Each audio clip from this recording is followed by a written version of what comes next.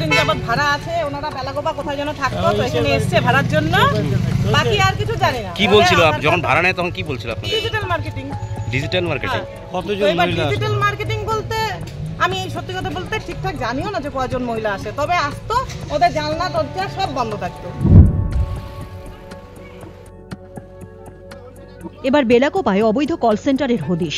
রাজগঞ্জ ব্লকের বেলাকোপার শিকারপুর অঞ্চলের সাহেববাড়ি এলাকার ঘটনা। মঙ্গলবার ঘটনায় বাড়ির মালিক সঞ্জয় দে সহ 7 জনকে গ্রেফতার করেছে পুলিশ। তাদের মধ্যে 5 জন মহিলা রয়েছে।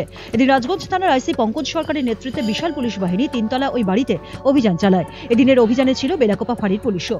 অভিযানে 20টির মতো মোবাইল, একাধিক সিম, কাগজপত্র সহ একটি 4 চাকা গাড়িও বাজেয়াপ্ত করা হয়েছে। বাড়ির মালকিন বর্ণা দে জানান, ডিজিটাল মার্কেটিং এর জন্য ভাড়া দেওয়া হয়েছিল। এদিন পুলিশ বাড়িতে এসে কোনো কিছু জিজ্ঞেস না করে ভাড়াটে ও তার স্বামীকে নিয়ে যায়। ঘরগুলিকে সিল করা হয়েছে। পুলিশ জানিয়েছে দীর্ঘদিন ধরেই ওই বাড়িতে অবৈধ কল সেন্টার চলছিল।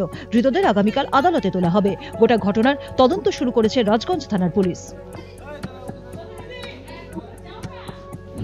তো আপনার সন্দেহ হতো না জানলা দরজা বন্ধ হতো জন্যই আমরা কালকে থানায় গেছিলাম। থানায় গিয়ে আমি বললাম যে আমাদের এখানে একটা ভাড়া আসছে, আর প্লাস আমরা তো ভাড়া দিব, ভাড়ার জন্যই তো কিছু কাগজপত্র যদি জমা দিই, তখন ওনারা বললো যে এখানে তো অত কিছু না, শিলিগুড়িতে হয়তো হয় ফর্ম টম কিছু দেয় গেল। তাই আমি বললাম তাও আমি আধার কার্ড, আমার সেফটির জন্য আমি আধার কার্ড এনে আমি জমা দিব। এখন কি হলো?